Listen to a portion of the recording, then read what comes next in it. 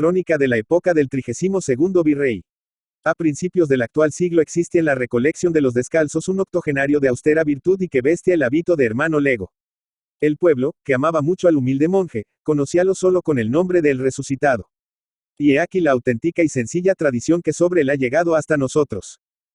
Y en el año de los 37, número apocalíptico y famoso por la importancia de los sucesos que se realizaron en América, presentóse un día en el hospital de San Andrés un hombre que frisaba en los 40 agostos, pidiendo ser medicinado en el santo asilo.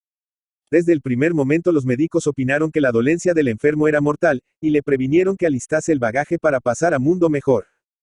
Sin inmutarse oyó nuestro individuo el fatal dictamen, y después de recibir los auxilios espirituales o de tener el práctico a bordo, como decía un marino, llamó a Gil Paz, economo del hospital, y díjole, sobre poco más o menos. Hace 15 años que vine de España, donde no dejo deudos, pues soy un pobre exposito.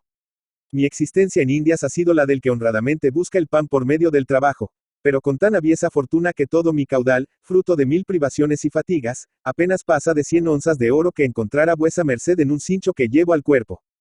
Si como creen los físicos, y yo con ellos, su divina majestad es servida llamarme a su presencia, lego a vuesa merced mi dinero para que lo goce, pidiéndole únicamente que vista mi cadáver con una buena mortaja del seráfico Padre San Francisco, y pague algunas misas en sufragio de mi alma pecadora. Don Gil juró por todos los santos del calendario cumplir religiosamente con los deseos del moribundo, y que no solo tendría mortaja y misas, sino un decente funeral. Consolado hacia el enfermo, pensó que lo mejor que le quedaba por hacer era morirse cuanto antes, y aquella misma noche empezaron a enfriársele las extremidades, y a las 5 de la madrugada era alma de la otra vida. Inmediatamente pasaron las peluconas al bolsillo del economo, que era un avaro más ruin que la encarnación de la avaricia.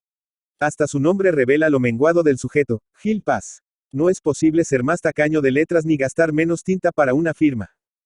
Por entonces no existía aún en Lima el cementerio general, que, como es sabido, se inauguró el martes 31 de mayo de 1808.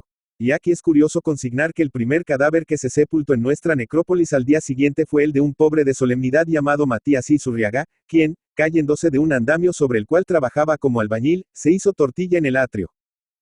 Dejemos por un rato en reposo al muerto, y mientras el sepulturero abre la zanja fumemos un cigarrillo, charlando sobre el gobierno y la política de aquellos tiempos, mismo del cementerio.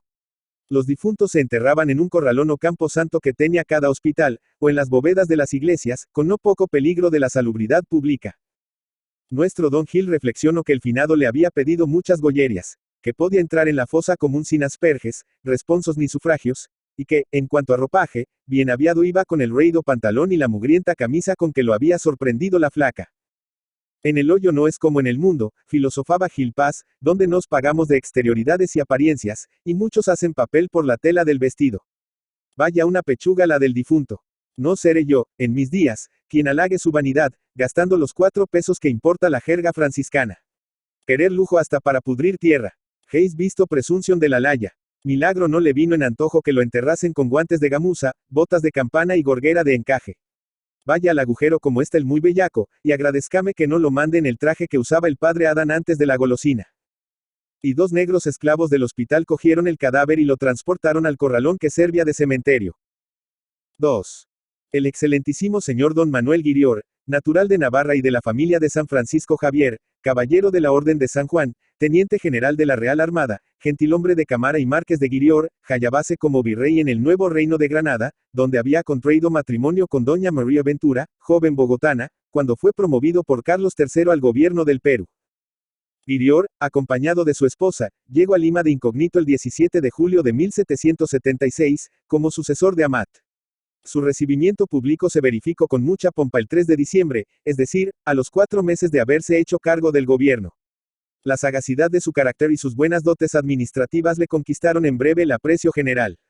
Atendió mucho a la conversión de infieles, y aún fundó en Chanchamayo colonias y fortalezas, que posteriormente fueron destruidas por los salvajes. En Lima estableció el alumbrado público con pequeño gravamen de los vecinos, y fue el primer virrey que hizo publicar bandos contra el diluvio llamado Juego de Carnavales. Verdad es que, entonces como ahora, bandos tales fueron letra muerta. Guirior fue el único, entre los virreyes, que cedió a los hospitales los 10 pesos que, para sorbetes y pastas, estaban asignados por real cédula a su excelencia siempre que honraba con su presencia una función de teatro. En su época se erigió el Virreinato de Buenos Aires y quedó terminada la demarcación de límites del Perú, según el Tratado de 1777 entre España y Portugal, tratado que después nos ha traído algunas desazones con el Brasil y el Ecuador. En el mismo aciago año de los 37 nos envió la corte al consejero de Indias don José de Areche, con el título de superintendente y visitador general de la Real Hacienda, y revestido de facultades omnimodas tales, que hacían casi irrisoria la autoridad del virrey. La verdadera misión del enviado regio era la de exprimir la naranja hasta dejarla sin jugo.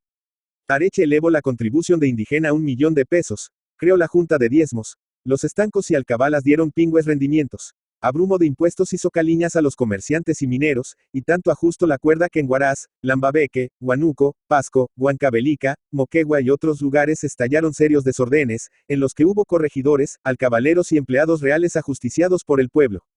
La excitación era tan grande, dice Lorente, que en Arequipa los muchachos de una escuela dieron muerte a uno de sus camaradas que, en sus juegos, había hecho el papel de aduanero, y en el llano de Santa Marta 2.000 arequipeños osaron, aunque con mal éxito, presentar batalla a las milicias reales. En el Cusco se descubrió muy oportunamente una vasta conspiración encabezada por don Lorenzo Farfán y un indio cacique los que, aprehendidos, terminaron su existencia en el cadalso. Virior se esforzó en convencer al superintendente de que iba por mal camino, que era mayúsculo el descontento, y que con el rigorismo de sus medidas no lograría establecer los nuevos impuestos, sino crear el peligro de que el país en masa recurriese a la protesta armada, previsión que 2 años más tarde y bajo otro virrey, vino a justificar la sangrienta rebelión de Tupac Amaru. Pero Areche pensaba que el rey lo había enviado al Perú para que, sin pararse en barras, enriqueciese el real tesoro a expensas de la tierra conquistada, y que los peruanos eran siervos cuyo sudor, convertido en oro, debía pasar a las arcas de Carlos III. Por lo tanto, informó al soberano que Guirior lo embarazaba para esquilmar el país y que nombrase otro virrey, pues su excelencia maldito si servía para lobo rapaz y carnicero. Después de 4 años de gobierno, y sin la más leve fórmula de cortesía, se vio destituido don Manuel Guirior, 32º virrey del Perú, y llamado a Madrid, donde murió pocos meses después de su llegada. Vivió una vida bien vivida. Así en el juicio de residencia como en el secreto que se le siguió, salió victorioso el virrey y fue castigado a Areche severamente. 3. En tanto que el sepulturero abría la zanja, una brisa fresca y retozona oreaba el rostro del muerto, quien ciertamente no debía estarlo en regla, pues sus músculos empezaron a agitarse débilmente, abrió luego los ojos y, al fin, por uno de esos maravillosos instintos del organismo humano, hízose cargo de su situación. Un par de minutos que hubiera tardado nuestro español en volver de su paroxismo o catalepsia, y las paladas de tierra no le habrían dejado campo para rebullirse y protestar. Distraído el sepulturero con su lúgubre y habitual faena, no observó la resurrección que se estaba verificando hasta que el muerto se puso sobre sus puntales y empezó a marchar con dirección a la puerta.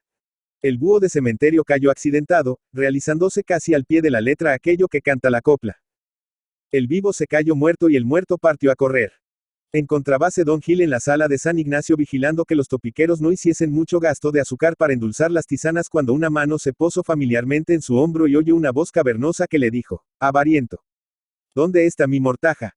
Volvióse aterrorizado don Gil, sea el espanto de ver un resucitado de tan extraño pelaje, o sea que la voz de la conciencia hubiese hablado en el muy alto, es el hecho que el infeliz perdió desde ese instante la razón. Su sacrilega avaricia tuvo la locura por castigo. En cuanto al español, 15 días más tarde salía del hospital completamente restablecido, y después de repartir en limosnas las peluconas, causa de la desventura de don Gil, tomó el hábito de lego en el convento de los Padres Descalzos, y personas respetables que lo conocieron y trataron nos afirman que alcanzó a morir en olor de santidad, ala por los años de 1812. Ricardo Palma, Lima, 7 de febrero de 1833 Miraflores, Lima, 6 de octubre de 1919, fue un escritor romántico, costumbrista, tradicionalista, periodista y político peruano, famoso principalmente por sus relatos cortos de ficción histórica reunidos en el libro Tradiciones Peruanas. Cultivó prácticamente todos los géneros: poesía, novela, drama, sátira, crítica, crónicas y ensayos de diversa índole. Sus hijos Clemente y Angélica siguieron sus pasos como escritores. Debutó en la literatura en 1848 formando parte del grupo que él mismo llamaría más tarde la Bohemia de su tiempo. Comenzó con poesía, unos versos románticos que aparecieron el 31 de agosto en El Comercio, mientras paralelamente escribía en diversas publicaciones críticas de espectáculos con numerosos seudónimos. Luego pasó a escribir obras de teatro. Su primer drama, El Hijo del Sol 1849, no se llegó a representar, pero alrededor de 1858 dejó de hacerlo a pesar de haber obtenido algún éxito en el público limeño. Solo 2 piezas de este periodo han sobrevivido. El drama Rodil, 1851, redescubierto 100 años después de su publicación, Palma había destruido la mayoría de los ejemplares, y la comedia El Santo de Panchita, que escribió junto con Manuel Asensio Segura.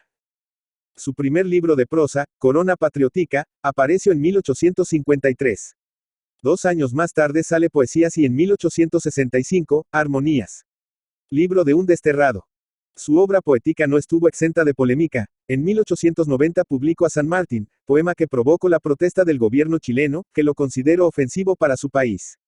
El último poemario de Palma, Filigranas. Aguinaldo a mis amigos, apareció 2 años más tarde. En 1865, compiló la antología Lira Americana. Colección de poesías de los mejores poetas del Perú, Chile y Bolivia.